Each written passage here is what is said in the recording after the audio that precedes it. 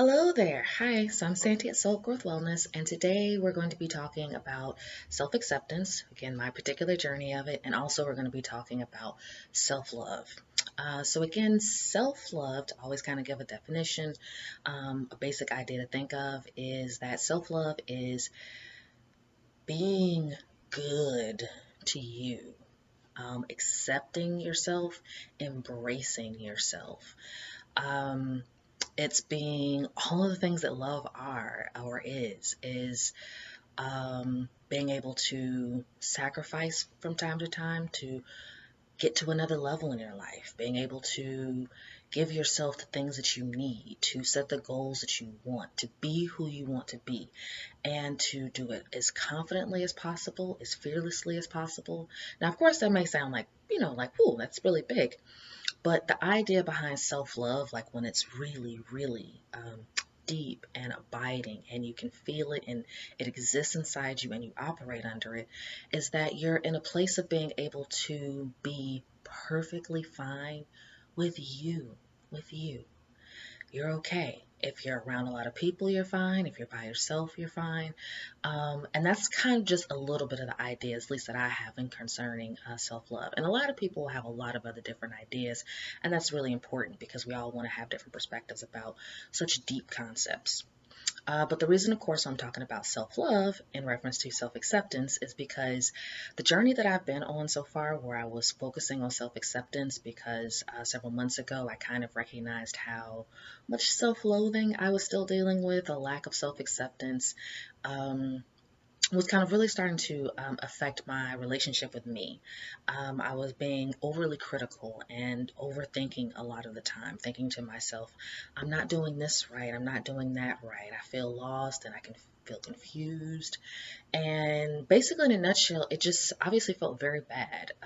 It wasn't a positive experience for me, and I wanted to do something to work on it. So, focusing on personal responsibility as a coach, this is what we do. So, I went ahead and started thinking about that, and I wanted to post these videos to help people learn about that.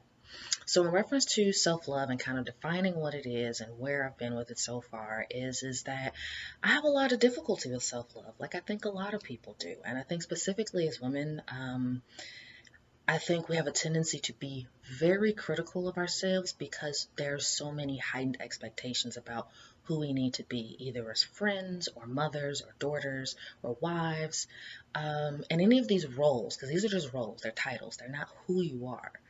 And when you have all of these roles and these significant ideas about who you think you are, and if you're not meeting those, the whatever level you think you need to, one of the first things that happens is that we pull back on our self-love. We pull back on our ability to be kind to ourselves because we think that if we're not doing what we need to do, that we're no longer worthy of something. I like to think of it as the idea of creating a if-then statement in terms of mathematics, but that's not a good example. I'll think more about the idea maybe of two things that are related to each other, and one is, and as they're related to each other, it means that if something happens in one area, something else is going to happen with the other. And in this case, when we're talking about self-love and specifically unconditional self-love, that means the idea that no matter what we do or don't do will not define our ability to love ourselves, is basically this idea that the relationship that we have with it normally, at least that I know that I have had with it in my own life, is if I didn't do the assignment just right, or if I didn't handle a friend's emotions perfectly the way I would like to, then it meant that, oh, well, that's a blow to who I am. That's a blow to how I operate or how I see myself. And as such, I'm going to have a little less, maybe sometimes even a lot less, self love and ultimately self acceptance because I don't think I'm deserving of it because I haven't met some point, some goal, some ideal, you know? And I think that's one of the things that's really interesting in reference to the self love journey, self acceptance journey, and also just the idea of like our relationships as beings, as human beings, to ourselves. Um, and in, I'll say it this way, if I could really define self love the most specific way that it means to me right now, is being able to see myself mess up, make a mistake, and not immediately go into all the ways that something is wrong with me. So right now, that's just one small little portion of self-love in reference to the entire self-acceptance journey. And so again, I've been sharing these videos because I ultimately want people to learn about what it's like to grow in self-love, to grow in the ability to embrace oneself, what that looks like, what it feels like, because it's not always fun. It's a very uncomfortable process. But again, just trying to share something that I think might be helpful and useful.